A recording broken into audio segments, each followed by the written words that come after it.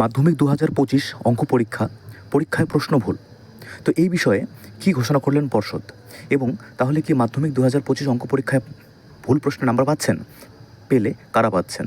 তাহলে কি অঙ্ক পরীক্ষায় পাশ করে দেওয়া হবে সকলকে? দেখো, এই সমস্ত প্রশ্নের উত্তর কিন্তু জানিয়েছেন পর্ষদ তাদের একটা নোটিফিকেশন দিয়ে বা একটা বিজ্ঞপ্তি জারি করে, যেখানে বলা রয়েছে সেই নোটিশে যে কী রয়েছে এবং কিভাবে সেই বিষয়ের পর্যালোচনা করা হবে, এবং কঠিন প্রশ্নের ক্ষেত্রে কিংবা ভুল প্রশ্নের ক্ষেত্রে কী হবে তা সমস্তই কিন্তু জানিয়েছেন সেই নোটিশে। তো সেই নোটিশটি আমি তোমাদের পড়িয়ে শোনাচ্ছি। তার আগে বলে দিচ্ছি যে মাধ্যমিক 2025 অঙ্ক পরীক্ষায় কিন্তু মোট 4-5টি প্রশ্ন ভুল এসেছে, যার মধ্যে 4টি কিন্তু নিজেই স্বীকার করে নেওয়া হয়েছে যে হ্যাঁ, সেটা কিন্তু সিলেবাসের বাইরে এসেছে। তাহলে কি থাকছে সেখানে, এবং সেই প্রশ্ন ভুল কি তাদের সকলেই নাম্বার পাবেন, না যারা অ্যাটেন্ড করছেন তারা পাবেন? এই সমস্ত বিষয় নিয়ে কিন্তু বলতে যাচ্ছি। সকলেই ভিডিওটি সম্পূর্ণ দেখুন। আর সময় না করে আমরা মূল ভিডিওতে প্রবেশ করি। মাধ্যমিক 2025 প্রার্থীদের যারা পরীক্ষা দিয়েছেন, ছাত্রছাত্রীদের আমি জানাচ্ছি যে মাধ্যমিক যে সেই মধ্যশিক্ষা পর্ষদ তারা কিন্তু একটা বিজ্ঞপ্তি দিয়ে জানিয়েছেন, যেটা তোমরা দেখতে পাচ্ছ এখানে 17/2/2025, যে কি বলছেন এই ভিডিও। তার আগে আমি বলি যে তোমরা যারা অঙ্ক পরীক্ষা দিয়েছো এবং যাদের খারাপ হয়েছে এবং কিছু প্রশ্ন ভুল এসেছে, তো সেই প্রশ্নগুলি নিয়ে পরবর্তীকালে কি হবে, তো তার একটা কিন্তু বিজ্ঞপ্তি এখানে দেওয়া হয়েছে বা একটা নোটিশ আকারে দেওয়া রয়েছে। তোমাদের সেই নোটিশটি আমি এখন পড়ে শোনাচ্ছি, তোমরা নিজেরাই বুঝতে পারবে যে কি হয়েছে এবং কি হতে চলেছে। তাহলে সেই 4টি প্রশ্ন ভুল রয়েছিল, তার কি নাম্বারটা সবাই পাবে নাকি শুধুমাত্র যারা অ্যাটেন্ড করেছে তারা? দেখো, আমি নোটিশটি তোমাদের পড়ে শোনাচ্ছি যে with regard to maths question paper of মাধ্যমিক 2025, the subject experts have evaluated and found the questions to be within syllabus, balanced and in order. However, in the interest of the students, the subject experts have recommended for the examiners, scrutiners and head examiners as following. দেখো, প্রথমে যেটা আমরা সকলেই জানি, কেউ তো নিজের ভুলটা স্বীকার করে না, তারপরেও প্রথমে তারা বলছেন যে প্রশ্নগুলি না সিলেবাসের মধ্যে এসেছে, ব্যালেন্সড এসেছে, অর্থাৎ কি খুব কঠিন আসেনি। তো এটা তো বললেন যে না, ঠিকই এসছে, কিন্তু দেখো তারপরেই ওনাদের কথায় দেখো কি বলেছে ওনারা।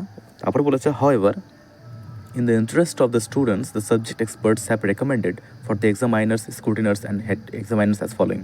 অর্থাৎ আরও বলছেন যে দেখো, ঠিক আছে, তবু ছাত্রদের যে ইন্টারেস্ট, তাদের ইন্টারেস্টের উপর ভিত্তি করে, অর্থাৎ তাদের ভালোর কথা চিন্তা করে তারা অর্ডার করছেন বা এক্সপার্টস যারা রয়েছে সেই সাবজেক্টের, তারা এটা বলছে কাদেরকে? এক্সামাইনার্সকে, স্ক্রুটিনার্সকে এবং হেড এক্সামিনার্সকে, অর্থাৎ যারা সেই খাতাপত্রগুলো দেখবেন বা স্ক্রুটিনি পরবর্তীকালে যে বিষয়গুলো হবে সেটার প্রতি কিন্তু আবার একটু তারা নির্দেশ দিয়ে দিয়েছেন যে কী করতে বলেছেন। For question number 3-6 for north Bengal reason question set, অর্থাৎ যারা নর্থ বেঙ্গল রিজনের মধ্যে, অর্থাৎ যারা নর্থ বেঙ্গলের আন্ডারে সেই কোয়েশ্চেন সেটের যে 3-6 তাদের ক্ষেত্রে, question number 3 for Bardhaman reason question set and question 3-4 এগুলো হচ্ছে এমসিকিউস যে ছিল তার সেগুলো বলা রয়েছে আর কি, ঠিক আছে, অপশানসগুলো।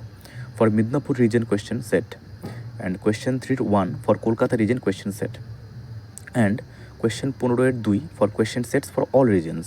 তো বাকি উপরেগুলো তো বলাই হলো যে এই কোয়েশ্চেনের অমুক অপশানটা নর্থ বেঙ্গলের জন্য, কোয়েশ্চেন সেটের 3-3টা বর্ধমান রিজনের জন্য, কোয়েশ্চেন 3-এর 4 নম্বরটা মিদনাপুর রিজনের এবং কোয়েশ্চেন 3-এর 1 নম্বরটা কলকাতা রিজনের জন্য, এবং কোয়েশ্চেন 15-2 সমস্ত কোয়েশ্চেন সেটের জন্য। কি বলেছেন যে evaluation shall be done favorably and uniformly for all, keeping the interest of the examiners in mind, subject to their attempting the same and following correct steps and method. বলা হচ্ছে যে এখানে যে এই প্রশ্নগুলো যে রয়েছে, তো এই প্রশ্নগুলোকে যেন কি সহানুভূতির সঙ্গে দেখা হয়, খুব ভালো করে দেখা হয় এবং ইউনিফর্মলি দেখা হয়, মানে সবার জন্য এইভাবে দেখা হয়। এবং আরও বলেছেন যে তারা যে অ্যাটেম্প্ট করেছেন, attempting the same and following correct steps and method, এবং তারা যে পদ্ধতিতে, মানে একটা প্রশ্ন আমি একটা প্রসেসে করেছি, একই অঙ্কের প্রশ্নের আরেকটা অঙ্কটা আমি আরেক প্রসেসে করেছি, কিন্তু উত্তরটা আমাদের হয়তো সেম আসছে কিন্তু প্রসেসটা আমাদের আলাদা, কিংবা প্রশ্নের মধ্যে অপশানসগুলো এমন রয়েছে যে হয়তো কোনো কারণে মিলছে না। তো এই ক্ষেত্রে কী করতে হবে আমাদের, যেটা বলেছেন মানে ওদেরকে, মানে যারা এক্সামাইনার্স বা স্ক্রুটিনার্স রয়েছেন তাদেরকে নির্দেশ দেওয়া হচ্ছেন যে তারা যদি স্টেপগুলো কারেক্ট স্টেপ তারা ফলো করে থাকে, তাহলে কিন্তু সেই নাম্বারটা সেটা যেন সহানুভূতির সঙ্গে দেখা হয়।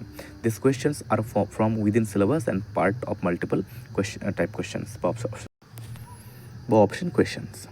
তো appropriate direction shall be sent by WBBSE with the model answer script to be made available to examiners. Due to confidentiality, no further information can be made available at this stage. অর্থাৎ appropriate direction সেটা WBBSEর কাছে পাঠিয়ে দেওয়া হয়েছে এবং model যে মানে WBBSE অর্থাৎ West Bengal board of secondary এডুকেশনের তরফ থেকে এক্সামাইনার্সদের কাছে পাঠিয়ে দেওয়া হয়েছে with answer model answer script অর্থাৎ ওই প্রশ্নগুলো নিয়ে যে সন্দেহ রয়েছে তার জন্য কিন্তু উত্তরও ঠিক করে কিন্তু তারা পাঠিয়ে দিচ্ছেন এক্সামাইনার্সদের কাছে যারা এক্সামাইন করবেন। অর্থাৎ তার মানে তোমরা বুঝতেই পারছো যে সেই ক্ষেত্রে বুঝতে গেলে যে তারা কিন্তু নিজেরাই পাঠিয়ে দিচ্ছেন যে হ্যাঁ এই উত্তরগুলো এগুলো মডেল সেট পাঠিয়ে দিচ্ছেন যাতে করে কোনো রকম সমস্যা না হয়ে থাকে। তো এই হচ্ছে ইনফরমেশন তোমাদেরকে দেওয়ার ছিল এবং যারা চিন্তিত অবস্থায় রয়েছে যে সেই প্রশ্নগুলি কী হবে, দেখো তার জন্য কিন্তু বোর্ড যেটা বলছে এখন তারা কনফিডেন্সিয়ালিটি যে রয়েছে অর্থাৎ একটা কনফিডেন্সিয়াল ব্যাপার এটা তো আর এখনই বলতে পারা যায় না, কিন্তু তোমরা এটা নিশ্চিত থাকো যে যে প্রশ্ন 4টি ভুল রয়েছে তার উত্তর কিন্তু তোমরা পেতে চলেছো যদি তোমরা সেটাকে অ্যাটেন্ড করে থাকো। যেমন এটা একটা রুলসের মধ্যে পড়ে, যদি তোমরা অ্যাটেন্ড করে থাকো তাহলে কিন্তু 4 নাম্বার তারা তো পাচ্ছই, ওই নাম্বারগুলো তো পাচ্ছই। এবং যদি বোর্ড এমনও মনে করে যে না যেহেতু কোয়েশ্চেনগুলো ভুল ছিল তাহলে সকলকে সেই নাম্বারটা দেওয়া হবে, তাহলে কিন্তু দেওয়া যেতেই পারে। তো অত্যন্ত ভালো খবর এটা একটা।